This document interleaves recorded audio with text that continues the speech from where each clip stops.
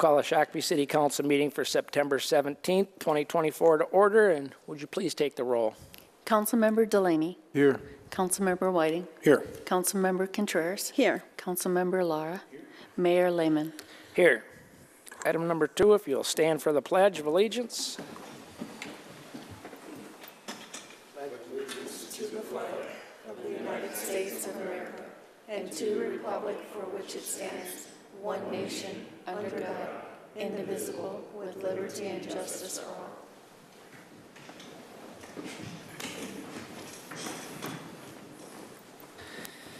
Item number 3, approval of agenda. Is there any changes to the agenda? Nothing from staff, sir. Council? Councilor Contreras. I'll make a motion to approve the agenda. Is there a second? Mr. Delaney, discussion on the motion? Discussion? Seeing none, all in favor say aye. Aye. Opposed? Motion passes. Item number 4, consent business. Any changes, staff? No, sir. Changes, council? Mr. Whiting? I'll make a motion to approve the consent agenda as presented. Mr. Whiting, seconded by Councilor Contreras. Correct. Would you read the consent agenda, Mr. Reynolds, please? Yes, Mr. Mayor and members of council, these are the consent agenda items for September 17th of 2024. 4A1 are the city council minutes. 4A2 is a certification of delinquent sewer and storm drainage accounts. 4A3 declares amounts, orders the preparation of proposed assessments, sets a public hearing date for delinquent false alarm and mowing service bills. 4A4 is the monthly financial review for August. 4A5 declares amounts, orders the preparation of proposed assessments, sets a public hearing date for delinquent refuse bills. 4A6 approves tobacco, 3.2 off sale, and Sunday liquor licenses for holiday station stores. 4A7 is the Minnesota Board of Water and Soil Resources Clean Water Fund. Watershed-based implementation funding grant award. 4A8 is the U.S. Department of Transportation Safe Streets and Roads for All grant award. 4A9 is the Minnesota Department of Public Safety's Toward Zero Deaths Enforcement Program grant award. 4A10 is the Minnesota Department of Safety's DWI Traffic Safety Officer Program grant award. 4A11 approves a special event permit and a temporary liquor license for the Shakopee Chamber and Visitors Bureau. 4B1 accepts the Lions Park Pickleball Court Park project and authorizes its final payment. 4B2 accepts the Southbridge Lift Station project and authorizes its final payment. 4B3 accepts proposals from EOR for Arbor Bluff Stream stabilization. 4C1 is the final plat of Canterbury Southwest 5th Edition. 4C2 awards a contract to Braun Intertech for construction, testing, and inspections for Jackson Common Park construction. 4C3 is an agreement for the Miracle Field with the Shakopee Lions Club, and 4D1 is a surplus property. Thank you, Mr. Reynolds. We do have a motion and a second. Is there any discussion on the motion? Do we have the motion and second? Okay. Discussion? Seeing none, all in favor say aye. Aye. Opposed? Motion passes. Item number 5, recognition of residents of the city of Shakopee that would like to address City Council on an item not on our agenda. So if you're here for an item that is not on the agenda, now would be that time.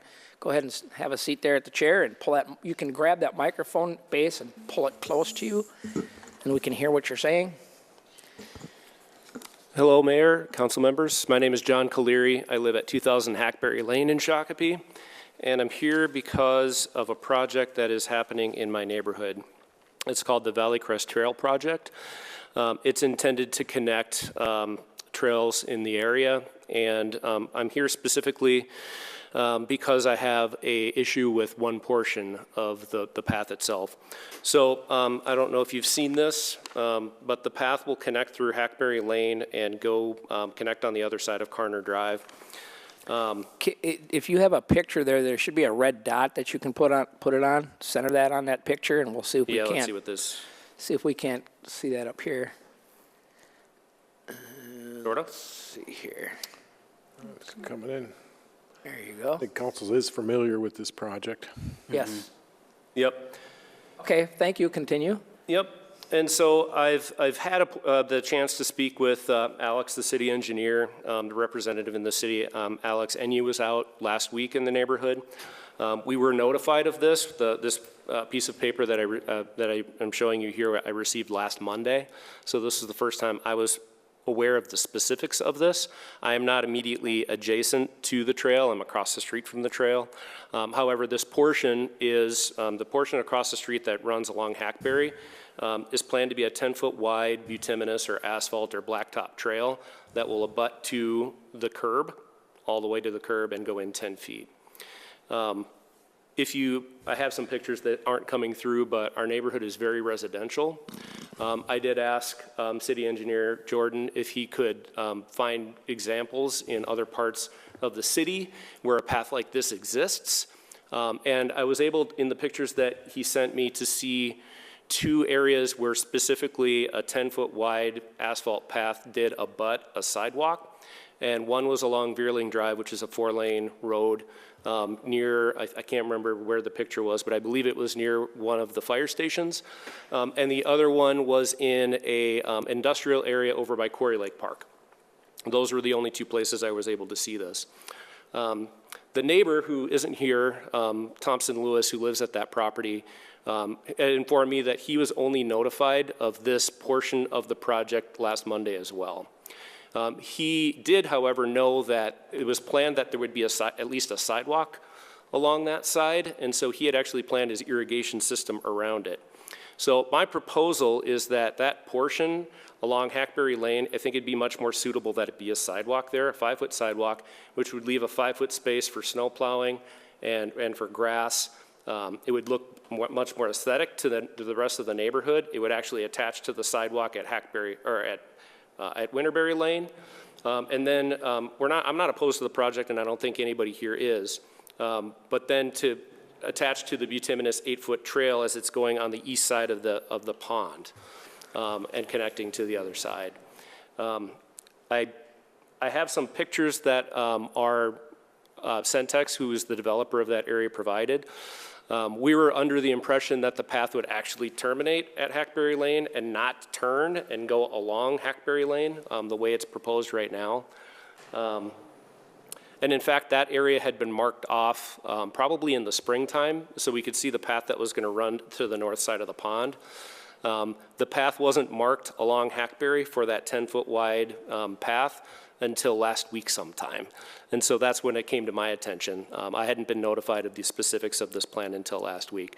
So I don't think that that's right for our neighborhood to have that 10-foot path in that particular spot all the way up to the sidewalk. It doesn't fit. I have spoken with the city engineer, the rationale behind it. I would still say that a sidewalk would be suitable in that area, 5-foot wide. Clarification questions from council? I have a couple. Go ahead. This project is bid and underway, correctly? Correct me if I'm wrong. Thank you, Councilmember Whiting. Excuse me. Your notes are showing on the screen if you want them to be shown. There you go. Go ahead. Thank you, Councilmember Whiting. The project is awarded. Our contractor plans to start on Monday, the 23rd, next week. Questions I have when you got this map up and now it's nice and visible. Thank you. Where exactly, roughly, well, if you don't want to say where you live on this map, give me a ballpark of where you're located. Yeah, so I live on the north side of Hackberry, right on the corner of the park. If you see this triangle-shaped lot, that's mine. Okay. So I'm directly across the street. Okay, and the section that is 10 feet wide trail that you're proposing to be a sidewalk, can you point that out on this map? Sure, it's this section that is along Hackberry Lane. So I don't dispute that the rest should be asphalt, but it would connect to the sidewalk on Winterberry, which is already in place. Actually, there's a sidewalk on our side of the street as well already. So their sidewalk will be on both sides of the street in this section. And there's an example, I was talking again to Mr. Jordan about this, on the other side of the path where they've done the exact same thing. They have a sidewalk that's attached to the trail that runs into the trail area between houses. Okay, I just wanted to clarify that. Okay. Questions of staff? Mr. Lar, I do go have a ahead. question. Alex, on Winterberry and Hackberry, right where it stops, is there any sidewalk or anything? I I've been out here and I've only been look at the houses behind it. I don't recall looking at anything that's on Hackberry. Are there any sidewalks there? Or will this be the first on that side of the street?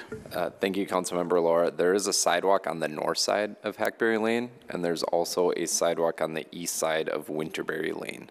So there's nothing on the south side currently of Hackberry Lane, if that answers your question. Okay, so the new trail that would be going in essentially would connect, basically from start to finish on that black line there, would be a part of the trail system that's being put in? That's correct. Okay. Woodbury is a sidewalk, and an opposite side of Hackberry is a sidewalk. Sure. Questions of staff? Right, it's just a follow-up. So we talked about this being a trail, and it's going to be connecting to a future trail system. So it's treated differently than a sidewalk being part of a trail system. My question for staff is, I know we had the discussion on 10-foot trails in the past, and why are we having a 10-foot section? Thank you, Mayor Lehman. That's a really good question. The reason why we're proposing a 10-foot trail in this specific area is because it's connected directly to the curb and gutter. So what we call is a 2-foot buffer away from the roadway to provide a usable 8-foot path that's not directly right along the street. It's for safety purposes. We could put a strip of 2 foot of grass along there, but we wouldn't expect that the grass would be able to grow and survive, and it'd be difficult to maintain. So we're just proposing to pave that section. So in essence, it is an 8-foot trail with a 2-foot paved buffer along the roadway. Okay. If I could add one thing, Well, hang on a second. So will snow be put onto the trail then, that 2-foot buffer? Yeah, thank you. So we've spoken with Public Works about maintenance of this trail. Currently, it's not on our plow maps to plow this trail. Same thing with the trail in Valley Crest. However, we're going through that process right now to determine if we are going to plow it. If we would plow it, we'd use a V-plow to push the snow off the trail, and we'd have to come back and clear up that section along the roadway as well. So that full section would be removed with snow. It would be difficult to leave just a 2-foot section of snow buffering between the trail and the roadway. That would build up and be difficult for sight lines and maintenance. And then my last question for staff, not sure which one, but our sidewalk policy, if we were to make that section a sidewalk, it would be, since it's a new sidewalk and not an existing, would that section be 100% assessed to the adjoining property? Per our special assessment policy, that would be correct. Being it's a trail, it's not. That's correct. Trails it's a are park 100% expense. funded by the city. Okay. And it would also be required to be cleaned off by the adjacent homeowner. Yeah, As a maintained. sidewalk. Yes, sir. Yep. Okay. Jay? Fly, sorry. yeah, the last thing I'd say is the connection to the trail system is a sidewalk. It's not a trail system. So it's going to connect to Winterberry Lane to another sidewalk that goes to sidewalks through that neighborhood. So I don't know where the trail system starts and ends, but through those neighborhoods is all sidewalks. So it's a matter of where you want that trail system to start. And so I'd say it would be starting, the proposal would be that it would be starting once you got to the end of Hackberry Lane and it turned into the pond. But then you wouldn't have a connection from Winterberry, You would if you put sidewalk there. except you'd have this little sliver that you wouldn't have nowhere to put the snow in, and you'd have 100% assessment to one property, and that one property would have to shovel that whole section. Yeah, not your property. And I wish he had come because he would prefer that in just Okay. speaking with him. All right, well, the process that we have adopted for these types of concerns, we don't take any action. We ask the questions of you that we all have, and we'll follow up individually, not to violate any kind of open meeting laws, our concerns with staff, and we'll go from there. But it sounds like if this has already been bid out and bids were accepted, we'd be in breach of contract, basically, if we change it. Is that a correct statement, Alex? Mayor Lehman, it would be inconsistent with the contract documents. We would need to do a change order with the contractor to do that. Not to say that that's not impossible or something that we couldn't do. However, staff's recommendation and was approved by council is for the trail to be constructed as designed. All right. Okay, anybody else? Can I just make one? Sure. You had a question on where it connects to a trail? Can you put that picture back on there real quick? Sorry, keep taking it down. So basically, right there where that dot is, let's see. Oh, next one, on the other end. Yep, there's a trail there's already an existing trail to that'd be the east side. There's a trail that runs along that portion right there. Correct. My assertion is that on the other end of it, along Hackberry Lane, where does the trail begin? Because Winterberry Lane is not a trail, it's a sidewalk. So if it's connecting to Winterberry Lane to Hackberry Lane, it's just a matter of semantics at that point. When do you think the trail begins? If you put a sidewalk there, it's going to connect to the trail when you turn it on the north side of the pond. It's not a trail system at this end yet, in other words. Right. It's a sidewalk. Okay, thank you. Do you have something, Mr. Whiting? No. My first blush is if the property owner that owns that strip is willing to pay the assessment and do all the shoveling of that, you'd have to sign some kind of document saying that, but. All right, anybody else? Appreciate you coming to council and appreciate your time. Thank you very much. Item number 6, business removed from consent agenda. There is none. Item 7A1, 2025 proposed property tax levy and debt levy cancellation. Art? Good evening, Mayor and council members. Tonight we're asking for City Council adoption of the 2025 preliminary levy and budget. What's being presented tonight is the same levy and budget presented at the September 3rd City Council meeting. I provided the same slide deck, added a couple of slides. I won't go through the whole presentation, but I did want to touch on a few items. If approved, this would set the maximum levy the city would be allowed to levy for 2025. So from this point going forward, if the preliminary levy is adopted, we'd no longer be able to increase that levy amount. From a staff perspective, we're really happy with how this budget came together and what it accomplishes. We've seen an 8.5% growth in taxable market value, 38% of that coming from new construction, which has limited the impact on existing property owners. Based on the county assessment numbers, our 2025 tax rate will see very little change from what it is today. And today we're one of the lowest tax communities in the state, with ours being the 14th lowest out of 100 cities with a 10,000 in population. The 2025 budget includes significant investment in public safety and streets, which have been a significant cost driver of many communities in Minnesota. 2025 will be the second year of our phased-in increase of 2 patrol officers added with last year's budget. We have settled police contracts for 2024, 25, and 26. We've transitioned from paid on-call firefighters to a hybrid full-time, part-time staffing model by adding additional full-time positions in 2024 and then proposing to add a full-time fire inspector in 2025. And for streets, we've added an additional $500,000 of annual funding to help support the cost of maintaining our existing roadways. There are 32 cities in the metro with a population between 25,000 and 100,000 based on the most recent Met Council population estimates. The below chart provides the 2022 city property taxes calculated using the League of Minnesota Cities property tax calculator. That information is usually updated in the fall, so when 2023 data is available, I'll update for 23 as well.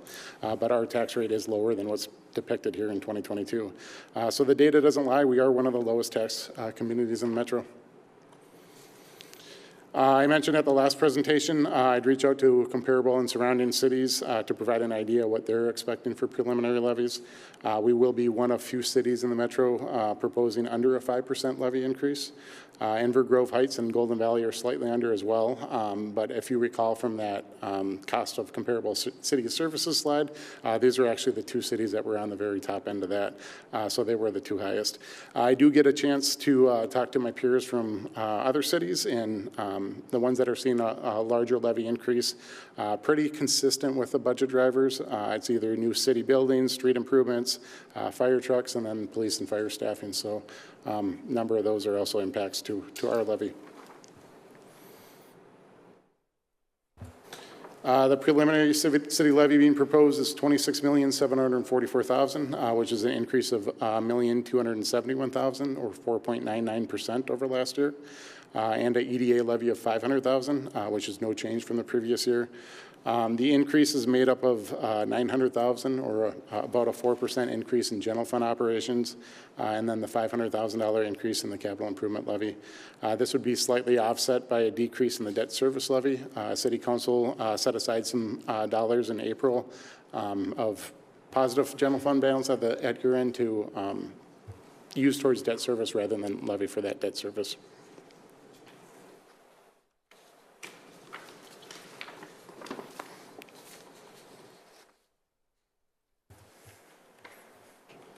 Really going fast for the presentation today.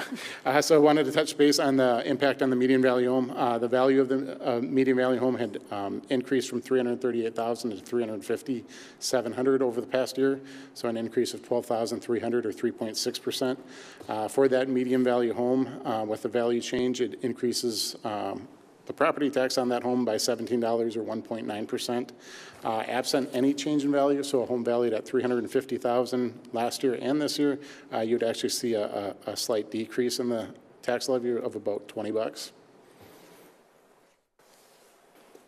Can we ask questions, or? Yeah, go ahead. How many homes out of our city would see that, or how many properties? So I do have, so this shows you where the values changed from last year. So about 75% or 5% or below, where 25% are above a 5% increase in value. So it kind of gives you a general idea. So the majority of homes fall in that range, 70% actually of 0 to 5% change. Got it, thank you. Yep, you bet. And then just kind of the last slide here, as far as what we're asking council tonight. So there's 3 separate council actions for tonight. The first one cancels a portion of debt service levies and allows the city to utilize existing fund balance for the 2025 payments. R24-116 will set city's maximum levy for 2025. And then R24-117 approves the final EDA levy for 2025. So with that, I can stand for any questions that you might have. Thank you. More of a comment, congratulations, great work. 4.9%, that's great. We got an 8.5% growth, and we can't ride that growth train forever. But it's important that that we have that, and it's also helping. We also built out our public safety with the patrol officers and the full-time fire department. So just great work keeping the taxes down. Thank you. With that, I can start by offering, more questions? Again, I also congratulate you. I think staff did a great job during a tough economic year of keeping our taxes low, as compared to comparable cities. A couple of questions. As far as the debt that we're paying off or canceling, that amounts to about $400,000. So we won't see that in next year's levy. Did you say debt service? Is that what you had asked? Yep, the canceling debt service levies for taxes. So what we ended up doing is we knew the levy on our most recent bond issue of 2022A, which went to the Capital Improvements Fund. It was about $350,000 would have been the required tax levy, but instead we set aside some fund balance at end year, so we don't have to levy that. So that would come back next year. It's pretty much even levy payments throughout the 10 years of that bond cycle. So we'd actually have about $350,000 we'd have to levy for debt service next year, unless we do something similar that we did this year as well. The only time that debt service payment goes away is when the debt is totally paid. Everything's paid off, okay. Or surplus paid. When I say next year too, I mean the 2026 levy, not 2025. Other questions? Go Got ahead. some other questions. As far as, I know we're looking at the adding $500K to the our SIF. Is there any way we could gradually increase that versus just kind of $500K now, or just gradually increase it over the years, a couple of years? That would be up to you. I think our recommendation is $500,000 because we know we have got a sizable gap that we've got to make up. I mean, I know we've had that one slide, if I can find it quick, otherwise I'll just talk about it. But that one slide that showed kind of the net of what we're the shortfall that we're facing, which we've been able to fund with one-time uses of extra general fund balance, We had a bond issue in 2022, so it would not be staff's recommendation, but it certainly could be something you might want to consider. Thank you. Pay me now or pay me later. Anybody else? Mr. Reynolds? Thank you, Mr. Mayor. Mr. Mayor and members of council, Nate, can you go to the annual cost of services for comparable and surrounding cities chart? I did want to point this out because this is something that, I think we're all extremely proud of, both council and staff. These are our comparable cities in the state. They're the closest ones that match us in a range of factors, and we are consistently at the bottom. You can see that our property taxes are lower, our storm is lower, and our sewer is lower as well. And that's really something to be proud of as a community, and something that I want to applaud staff for being able to do for, I think we started this chart probably 8 years ago. And, a couple of times we weren't the lowest. We were like the second or third lowest. But it is a benchmark that is important to this community. I think it should be important to council too, because this is actually what is affecting your residents. And if they were living in any other comparable city, their taxes would be higher, and that's just a fact. Thank you, Mr. Reynolds. All right, my questions. So I couldn't find right here in the pinch, I couldn't find the total levy increase amount. Was it 1.6 million or something like that? So that would be on that one slide that I touched base on. So the 1,271,000 there.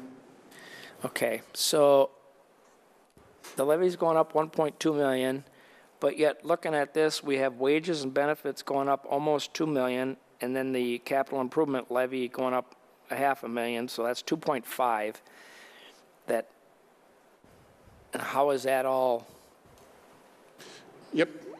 So I have one, I did a little bit of a breakdown here, and I kind of went through this with the last presentation, but actually a lot of it's being offset with revenue increases that aren't property tax levy. So we were able to, basically on the revenue side. So that is one factor. We've proposed to use $350,000 of existing fund balance from our self-insurance potential funding. So utilize a portion of that, and then you can see the other expenditure changes there. Okay. All right, and Mr. Lara? I have a just quick question. So median home values went up, correct? Correct. But our residents should be seeing a decrease in their city taxes. Because normally, when your home value goes up, you typically see an increase in your city taxes since there's more value in your property. But which they should be seeing a decrease? Yeah, so that kind of goes back to the slide. So the value of that median value home, increase of $12,000. And you see there's the, what is it, $17 impact on that home. Okay. So, I mean, the majority of the reason why that property tax is going up is because you're having your home value increase. Sure. 70% went up between 1% and 5%, and what was the other number? I think 95% of them. Can you go back to that chart if you don't mind? Yeah, I got to remember which direction it is, but I can find it. Oh, here we go. Yes. Yeah, and I think, if I recall correctly, and I know I got it in my notes here, but the average value change was 2.3% increase. So the average home went up 2.3%. So. Okay. And then last. Oh, there we go. 3.6. Sorry. How much did we transfer in to the capital improvement fund this year from the unspent? Was it 2 million? Yeah, I don't know exactly off the top of my head, but it was over 2 million. It was. I thought it was 2.3. 2.3. Okay.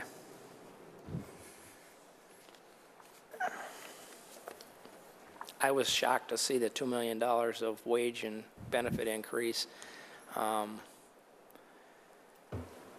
Then on top of the 500, I didn't know the 500,000 increase was coming until we started this process.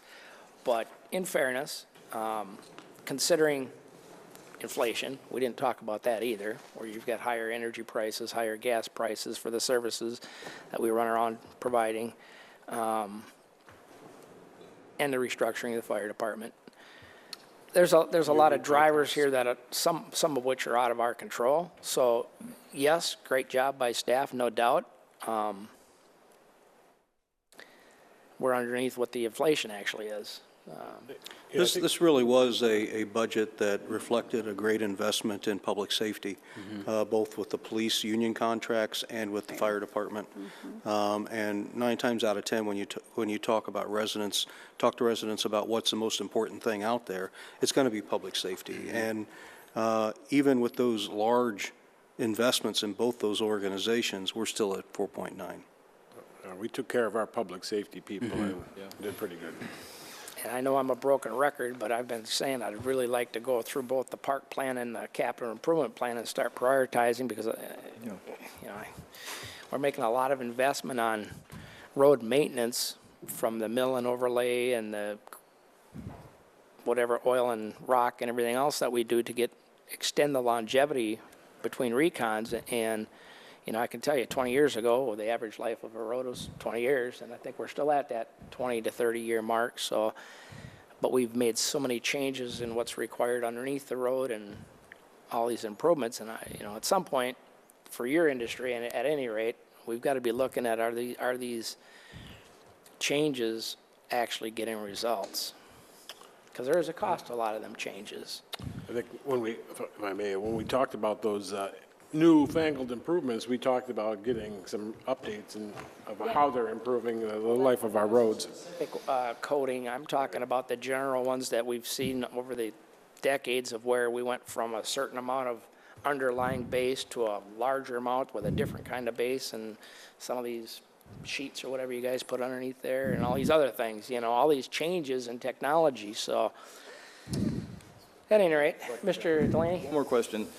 Software continues to be a large expense. I know we had like the 200 some odd K last year, and now we got 135 this year. Which was it? Software. Like, I think it was ERS last year, and I'm not sure what the increase is this year, but it's not part of the IT budget or the software budget. Should it have its own line item? I mean, software is going to continue to evolve and change, and that's going to be one of your biggest expenditures. Yes, I mean, so software is definitely a cost of, city operations. I mean, we have our building permits online. We have, obviously a pretty robust financial HR system. So how we budget software is it's within each department. So as long as it's a department user of that software, it's included as an expense of that department. So the IT fund, and I know I addressed that in an email earlier or last week. It's basically those things that are overseeing really the whole city. So it's your servers, your phones, your, some of that type of technology, your networking. So if I can reiterate that. Department-specific software. So if it's software updates on a regular basis, it's part of the budget, and There is a slight exception to that, and that would be our printers and our computer replacements. So as opposed to, having a finance budget that, every 3 years you replace your computers and you get this big chunk of computers that are in your budget, and you have these ups and downs. We also include our printers and our computers as part of that technology fund as well. Mr. Reynolds? And part of that, frankly, is for accountability. The individual departments, you want new software, it's coming out of your budget. It's not part of a grand city fund that you can tap into. You have to be responsible for that coming into it. So that's department-specific department-specific, correct. But if it's something that all of them use, like the whole global system, then it's the IT department. Correct. Well, it's the IT fund. Fund, right. Yes. And the IT department helps them all figure out what they're doing with all this technology. Help the robots check up on the robots. Can we start? Anybody else? Mr. Lara? I'd make a motion to adopt Resolution R2024-115, canceling debt service levies for taxes payable in 2025. I'll second that. Motion by Mr. Lara, seconded by Ms. Contreras. Is there a discussion? Discussion? Seeing none, all in favor say aye. Aye. Opposed? Motion passes. Mr. Whiting. I'll take a resolution, I'll adopt, move to adopt Resolution R 2024 TAC 116, setting the maximum property tax levy collectible in 2025. Is there a second? I'll second that. Motion by Mr. Whiting, second by Ms. Contreras. Any discussion on the motion? Yes. Mr. Lara? So we're just capping it. This isn't putting anything in stone. Things are still fluid. We're just setting the ceiling, correct? That is correct. However, typically, you don't see many changes come back, which is a good question. Is there any desire of council to phase in the capital improvement increases? I'd like to see that phased in. Well, if they're, so the capital improvement plans, but all those plans still come to, each project comes up to us for approval or not, so we could make changes at that time. So even if we did bring them in and we don't use those funds, or changes are made to each individual project, that would relieve funds later, correct? One makes a difference to the project cost and the other makes a difference to the levy. This is the Tax levy. maximum, we can cut it still.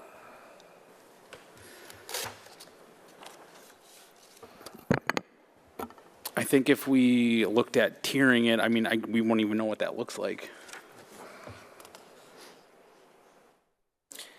Well, it'd be, okay, do you want to do 300 this year, 400 the next year, 500 the next year? It's just going to catch up faster to us. Well, it depends if you look at your projects and prioritize and If you look out over the next 5 years, we're going to need this and more, so. well, what we did is we went from 5 years to 15, and then we looked at the following 10 years from the 5 years and said, gee, looking that far out, apparently that made a change in what the levy needs are. So we have people today paying for farther out, basically. That's the way I look at it. But at any rate, Mr., did you have a question? Oh, no questions. Okay, all right. We do have a motion and a second. Is there any other discussion? Discussion? Seeing none, all in favor say aye. Aye. Opposed? Aye. Motion passes 3-2. All right, where does that leave us? That leaves us with one to go. Ms. Contreras? I'll make a motion to adopt Resolution R 2024-117, approving the levy of a special benefit, levy pursuant to Minnesota Statute Section 469.033, Subdivision 6 by the Economic Development Authority for the city of Shakopee, Minnesota. I'll second. Long motion, I know, huh? that was a long one.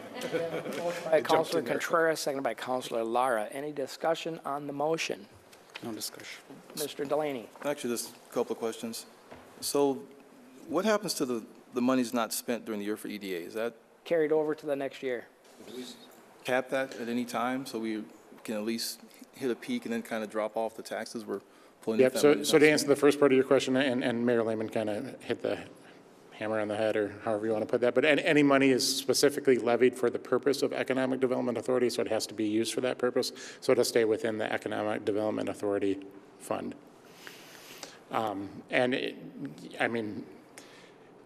Yes is the answer to that question. I mean, at this point in time, there isn't really sufficient fund balance to look at, bringing that levy down, but yeah, in the future, you could always set a different amount if you feel that there's sufficient fund balance to do the projects that you want to do. So the answer is no, there's not a current cap, but we could put a cap on if we desired to. Oh, are you talking about a cap on the levy? So No, a cap on the balance, fund yes. balance. Does that answer? Sorry, your question? Yeah, that's my question. Since you hold the monies over a year, do we ever hit a certain cap and then kind of roll off the amount of taxes we're charging the residents? Or do we keep the same Well, with tax rate? Yeah. With our downtown property, I think we want to hold a nice reserve, too. But that's another discussion. I just wanted to make sure the Oh, that question yeah. was answered, and the question, the answer, if I'm getting it correct, is yes, we could put a cap on the fund maximum and adjust the specific levy to maintain that maximum if the EDA body so desired to do so. Correct. On the Okay. body. Got it? Got it. Thank you. Okay. Any other discussion or questions on the motion? No, that makes sense. All in favor, say aye. Aye. Opposed? Aye. Motion passes 3-2. All right, that takes us to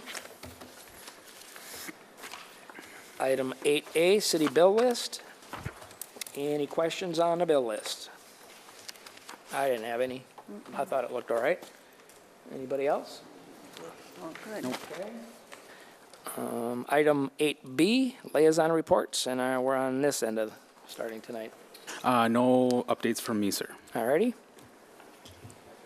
Yes, sir. So Friday, I attended the SCALE general meeting.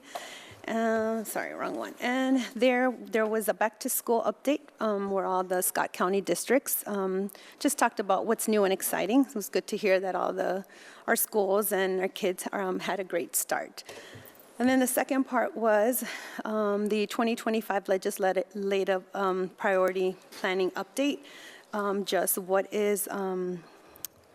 are the priorities for the 2025, and housing again is on top of, continues to be one of those top priorities. Others, but that was that. And then I attended the SCALE, the RTF Regional Public Safety Training Facility meeting. A couple things. So they presented the SCALE RTF pro forma analysis. And this is a study of sample projects to review the impact of revenues and expenditures for each RTF member. It's a very in-depth study. That's what I can Is say. that current operations or a future expansion? Future expansion. And there's many phases and many different ideas. This is like the Lego, they call it the Lego study. But I'm not going to talk about it because honestly, there's a lot of questions that if you would ask me things right now, I would not feel. I guess I'd like to read that Yes. study at some point. I So will if you send could it share out. that with staff. I will. And staff could share it with council members that are interested in it. Yep. I've seen one before. Yep. It's probably not the same one. This is where they talk about building a new training facility, correct? Yes. And the estimated cost is this amount, and based on the current membership and Yes. population, here's the breakout, with Correct. Shakopee paying, what, second? Are we the second largest payer to that? Yes. Yes, sir. Scott County Next being to the Scott first. County? Yep. Since Yep. Carver County, I think, withdrew. Correct. Carver County did withdraw. Yep. And that number could change based on how membership either increases or declines. Correct. Or I suppose there would have to be some kind of contractual obligation so that you can't remove yourself after you're committed for a certain period of time. Yep. And we're just going to have to Yep. read it because I'm sure Yep. there's a lot to it. Exactly. So just a couple things that I thought were a good idea. So in the group, there was discussion on like, okay, so if my council has questions, I can't answer them. So one of the options is, so they will be studying, let me find words. There will be another presentation at the SCALE Service Delivery Group, I believe November 18th, and I believe that's where, Mr. Reynolds, you attend, if I'm not mistaken. Is that something you go to? What was the date? November 18th, the I SCALE. will be at that one.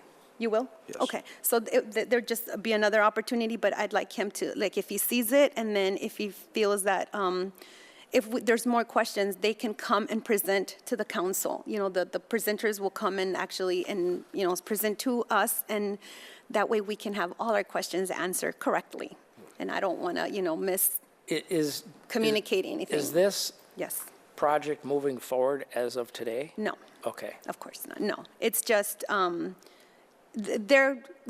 like, our homework was to go and start discussion amongst our council, and then sometime in March, we will, after, you know, there's going to be a lot of changes, lots of moving pieces, obviously, you know, with who is representing, who will be there with the elections and stuff. So it's just, right now, it's just discussion, that's all it is. And then in March sometime, when things have settled and people are in their liaisons or whatever happens, come back and say where each city stands again, and after everybody has seen it. But I will share that with Mr. Reynolds tonight, and then ask him to forward it to you guys. And it's just looking at it and discussing it. And whenever. Mr. Reynolds, Yeah. I'll pick up a copy at the front desk instead of trying to read that online. It's a lot, Yes, sir. Yeah. very tiny numbers. And very, yeah. as a reminder, we've informed the county that we Yep. would not be participating in the RTF after our contractual time is up. Okay. There was a meeting, frankly, of northern cities in the county about 2.5 weeks ago where they were trying to figure out a way to go to the county and simply say, this doesn't work for us. And I said, well, it's kind of late. You probably should have been trying to get the county's attention some time ago. But other cities in the northern part, when it comes to fire, we all recognize it's not easy for us to do that. It's a distance for us all to travel for fire training. And the other piece is just, you know, we can all do it cheaper elsewhere. So, you know, those are the big issues. Are there pieces that we have an interest in, like the shooting range for the police officers and stuff? I think that's the one viable Only piece of the piece. whole thing is the range. But, you know, the county is looking at building a grand facility that, you know, and talking about how we would be able to rent it out. And for those of you that were here, when the original RTF was put together, there was a lot of talk about how we were going to rent it out and make a lot of money. Well, I've been on that board and had those discussions in the past, and nothing really materialized. And, you know, in all fairness, a lot of the issue here is that technology is so rapidly changing that and that's another big piece. you get the virtual reality training pieces, and you get all these other simulators and stuff. And even when you get these up-to-date simulators, and we had that discussion last time around, is the minute you install them and a year later, the new technology that is out makes the thing obsolete, and it's really hard to keep up. They looked at the leasing option for some of that with some of these companies, probably a good idea, but the other thing that was discussed last time this process was done, Mr. Reynolds and I were involved in that. I think Mr. Whiting was here. You might have been here too, Counselor. But they went into the in-depth of the specific fees. So if you didn't want to opt in for the whole thing, then you would be charged a single user fee for the pieces that you wanted to use, whether it's a meeting room or the ranges or other bits and pieces. So that would be, is that still, I'll have to read and see if that's still an option. Well, and that was one of the things that was brought up in this meeting a couple weeks ago. It's cheaper for us to use it as an outsider than it is for us to be a part of it, even as it stands today. And, you know, it's a sticking It's a point. formula that doesn't make a lot of sense. Yeah. And just my last comment is I still know where we stand and where we're at. It's just I went and I'm just reporting back. That's all. What an in-depth report that was, Counselor. Thank you very much. You'll Mr. see it later. Mr. Whiting? Thank you. Nothing to report. Mr. Delaney? Okay, 169 Coalition. We are holding a workshop in October to kind of go over our priorities and get that more, I guess, defined. We'll present those results at our December meeting, which will be over at the SMSC. They're going to provide the venue we'll hold that meeting at. We'll also share those results at the winter meeting, and we'll also share those sometime next year with we were asked to provide a presentation at the 494 Coalition meeting, and also we'll do legislative, usually meet and greet at the start of the year. We hadn't set a date for that yet. As far as SPUC, I saw some, I guess, things online where people are talking about opting out for the AMI. You can't opt out of the AMI equipment. That upgrade is going to happen. But there is an opt-out if you're concerned about RF frequencies from the water meter communicating to the electric meter outside your home. You can do an opt-outside. That's the only opt-out that you do have. You don't actually put the meter outside, it would freeze. Your electric meter, but your water meter has the AMI inside the home. You can actually get it wired up to, instead of doing communication from there to your electric meter, you can get it wired up to your electric meter to do the communications outside. Okay. That's the only opt-out option you have. I just wanted to do some clarification on that.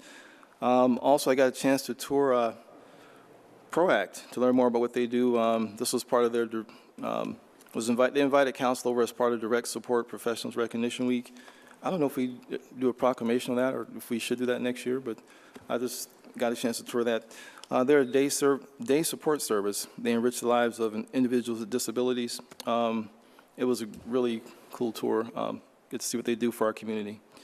And that's pretty much everything I did.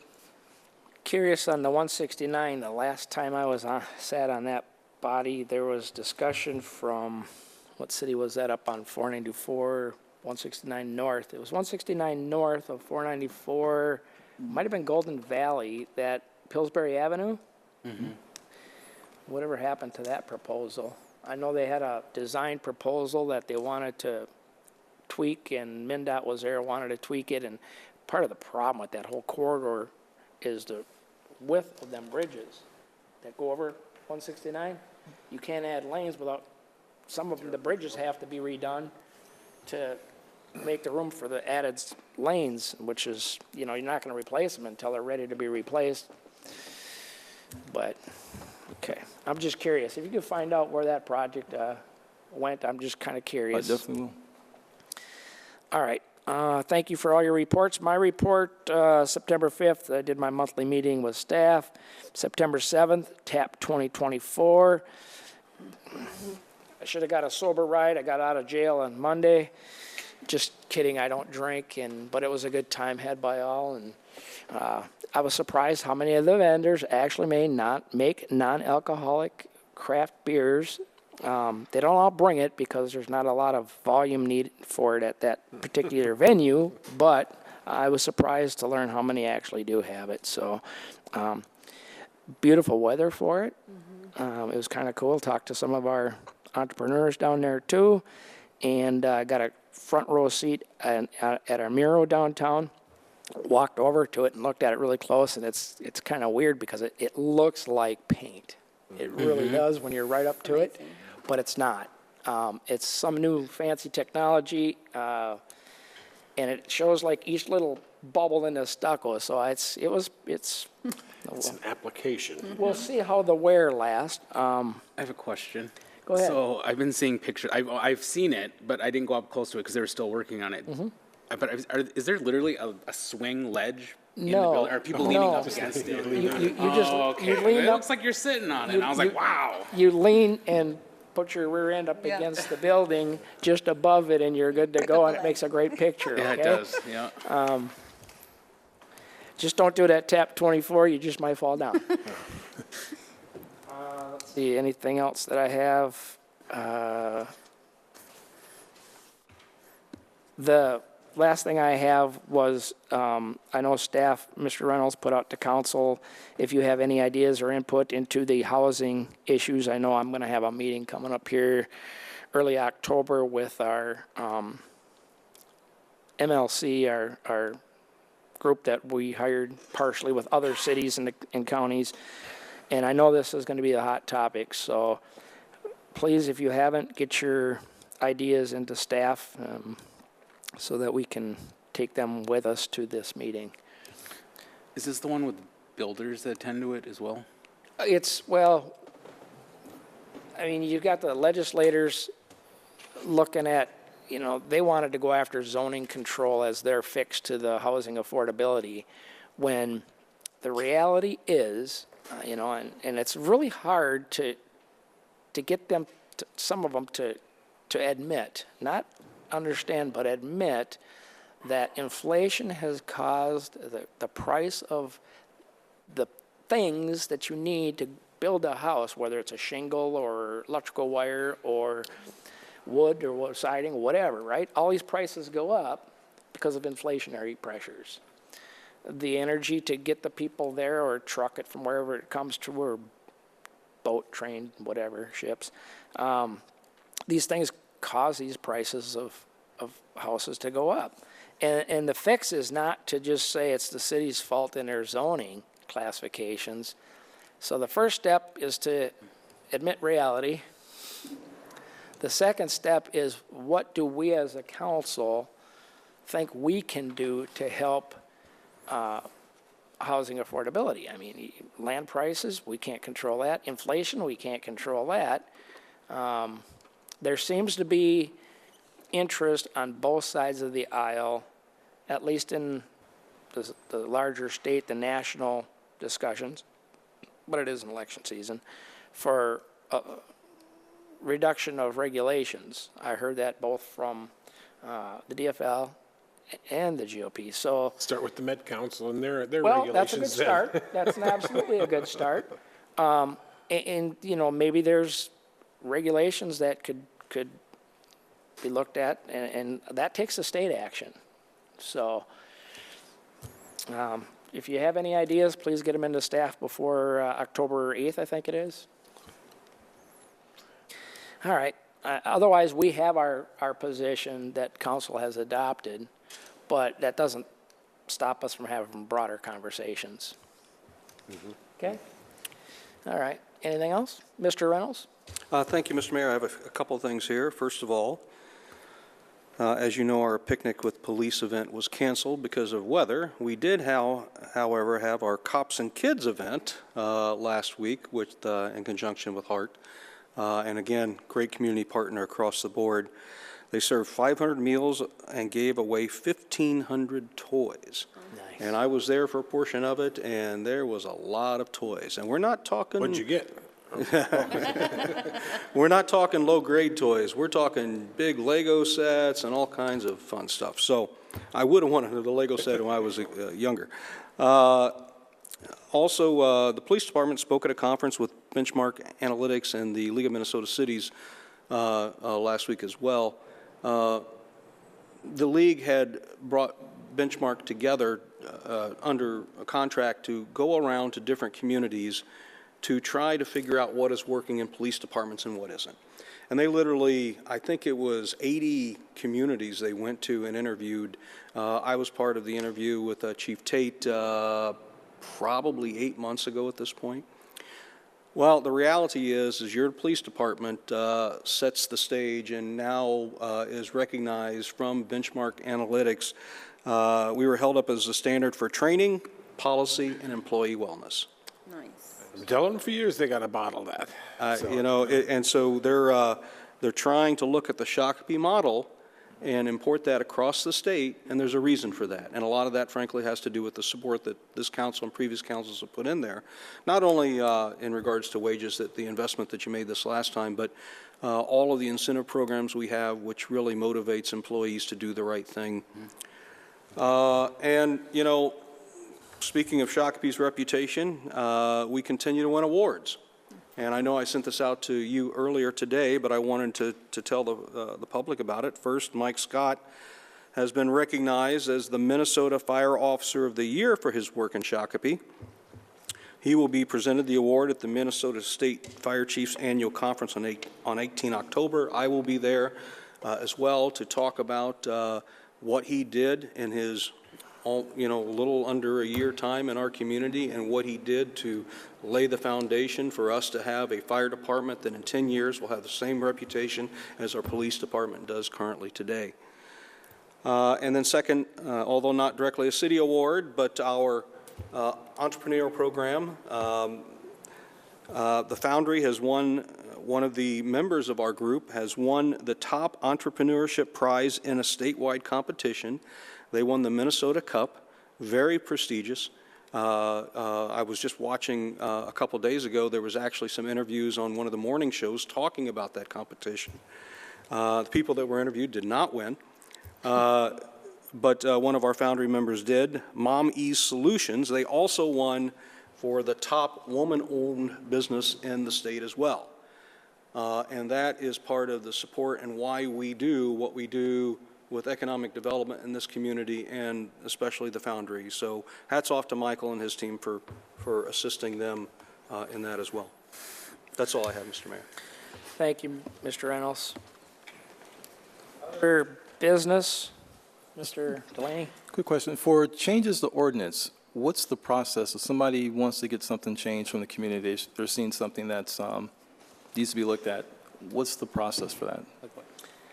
Bring it to your attention or our attention. Council would get a hold of staff and say, can we take a look at this? Absolutely. Okay. Ultimately, it's up to 3 people to determine whether or not it's going to be a change. And that would be three of you. Three. Yeah. But anything that, you know, and frankly, it's always good to go in and take a look at things that have been on the books for a while, because times change, situations change. And we don't go through on a daily basis and look at statutes and say, oh, this needs to be updated. So I'd be more than any time, absolutely. There are a few that have been ground to death. There have been a few This level. that have been consistently by members in the, small minorities in the community who wish to have things done in their particular way. But as one of our values is, we do things for the general good, not for individual personnel. I wanted to touch on our police department because I was part of that master planning task force years back.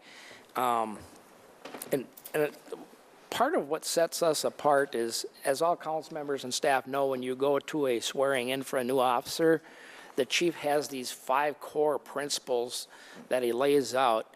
And I mean, they're straightforward, common sense, important principles. And them principles, when followed, make a huge, huge difference. And it's partial in part to the old model of the community policing concept. And that concept is a very good concept, and it's been upgraded over the years. But it really is about serving the community. And, you know, yeah, they have to do the tough things at times when you got to put them down and get them under control and take them away. But once you pick them back up under control, you dust them off and you treat them with respect. And these are things that our department has instilled for many years. Many councils have supported it over the years, and it's one of the things that does really set us apart. So kudos to the Shakopee Police Department for the many years of outstanding service. And that's one of my favorite pieces of when Chief Tate talks to the officers is that particular example that you mentioned, Mr. Mayor. Mine as well. It's really about customer service. You know, you might have to lay your hands on somebody, but as soon as that is under control, you pick them up, you dust them off, you treat them with the respect that they deserve, and recognize that, as he says, it may be they're just having a bad day, and it may be the worst day that they're having, but, you know, that's part of our customer service, even to those that we arrest. And I think that is so fundamentally important, and it really does lay the groundwork for The expectations of all of us. Absolutely. And I expect that, you know, unfortunately, those things will happen, but, you know, yeah, we expect you to treat that person with respect, and we expect you to do everything you can once that situation is under control to assist. So Makes this body's job a lot easier, for sure. Yeah, absolutely. Well, you get result orientation, you get high case closure, you get result orientations in a manner that is professional, respectful, and I mean, you really couldn't ask for anything more. So, other business, I have a couple of items. One is Shako Lantern Day. Is that what it's called? October 5th? It's Shock Fest, is that, what is it? Help me, somebody. Chocolate It's the Shako-Lantern. Jack-o'-lantern, okay. Lantern, October 5th, 11 a.m. to 5:30, Lewis Street parking lot. I believe that's a chamber event. Yes, sir. October 19th, Shakopee Cleanup Day, the Public Works Building on 4th Avenue. I'm not sure if I'm going to work that or not. It's my 27th birthday. You can help me haul stuff. Bolt striking me down for lying, right? We'll see. Maybe I will, maybe I won't. Want to get hit. And last I have is I'm proclaiming today, and actually the 17th to 24th, as Constitution Recognition Week. It's 237 years of our Constitution. What do we call it? It's the great idea, and it's still going. So we're not doing all bad as a new nation. And City Clerk, I believe you have that proclamation. I can read that for you. Would you please? Yes.